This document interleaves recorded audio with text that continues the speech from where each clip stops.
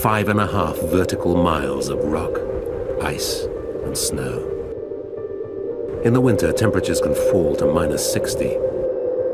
In the summer, up to 10 feet of snow can fall on its slopes in a single day. It lies on the border of Nepal and Tibet.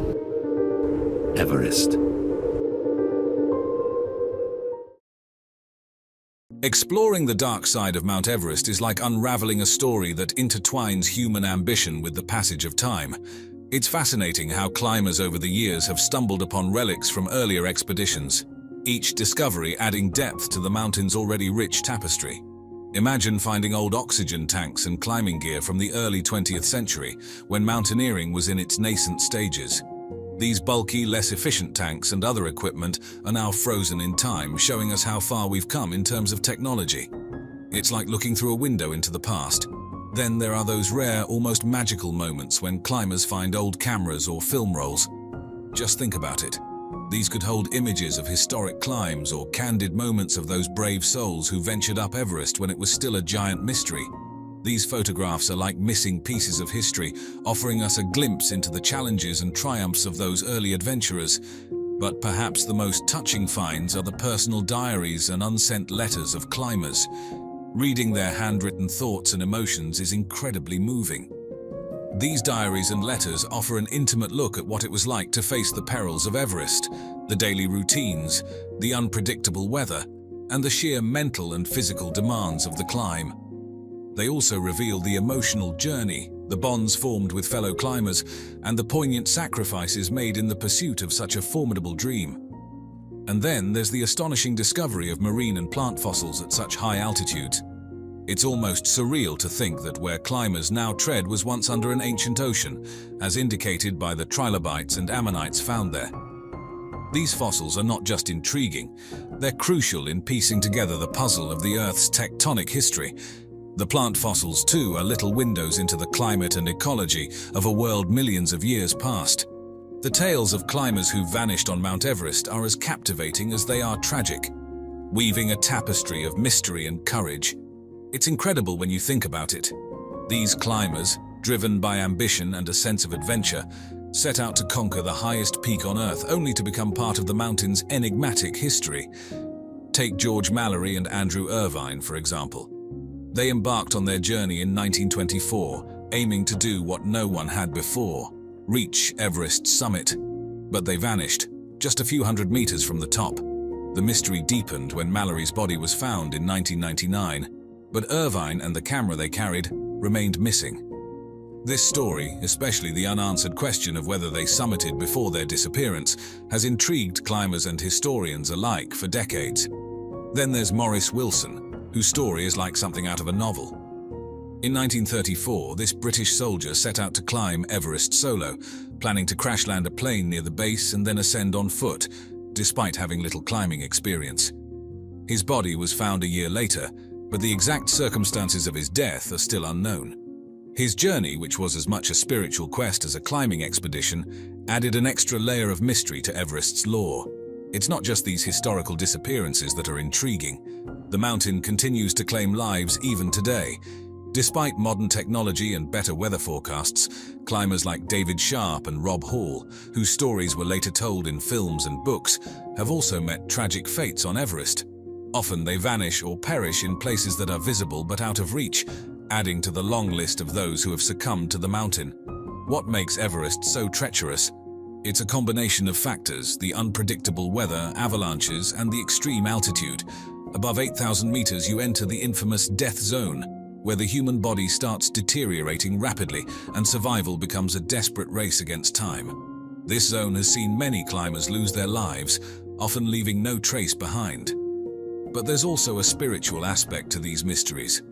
In Sherpa and Tibetan cultures, Everest is considered sacred, believed to be protected by deities.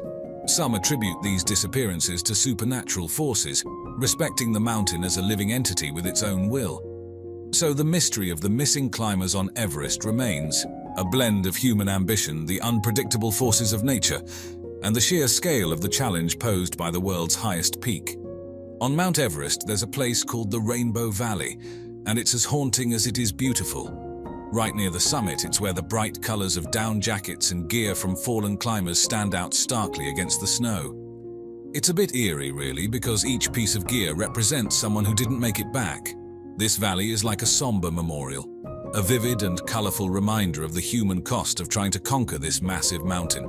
And because of the extreme cold and high altitude, these remnants are almost frozen in time, adding to the valley's poignant atmosphere. But there's more to Everest's mysteries than just this valley. Climbers often talk about hearing strange sounds or seeing mysterious lights on their way up or down. Imagine being up there and hearing whispers or moans carried by the wind, or seeing lights that seem to come from nowhere. Some think it's just the effects of being at such a high altitude, like hypoxia, which can mess with your mind and make you see or hear things. Others think it might be natural, like the sound of ice shifting or the wind howling, and the lights could be just reflections or something in the atmosphere. Then there's the local take on it. The Sherpa and Tibetan cultures see Everest as a sacred place, and these unexplained sounds and lights, they could be something spiritual or supernatural. It adds a whole different layer to what's already a pretty mysterious and awe-inspiring place. So when you think about Everest, it's not just about the physical challenge. It's like stepping into another realm, where the line between what's real and what's not can get a little blurry. The Rainbow Valley, with its stark reminder of those who've been lost, and the eerie sounds and lights that might be just natural phenomena, or maybe something more, they all add to Everest's mysterious and almost mystical aura. When you think about Mount Everest, it's not just the staggering heights and the breathtaking views that come to mind, but also something more chilling: the frozen remains of climbers who never made it back. It's a stark, somber side of Everest's story. These bodies, preserved by the extreme cold, are almost like they're suspended in time. It's eerie. You can sometimes see their facial expressions, and their bright climbing gear stands out against the snow, adding a surreal touch to the tragic scene. These remains have become a kind of grim landmark on Everest. For instance, there's the infamous green boots, a nickname given to one of the fallen climbers, now a marker for those who follow. It's a harsh reminder for climbers today of the risks and the fine line between making it and not. Some of these bodies have been there for decades, almost like a frozen history of mountaineering, showing how gear and equipment have changed over the years. But there's a deeper side to this. The presence of these bodies raises tough questions about respect and ethics. It's a delicate topic, intertwined with grief and loss for many climbers and the families of those who didn't return. Encountering these remains can be a profound, often unsettling experience for climbers, bringing them face to face with the very real dangers of Everest. Recovering these bodies is another complex issue. The extreme conditions and the challenging terrain make it a risky task, sometimes impossible.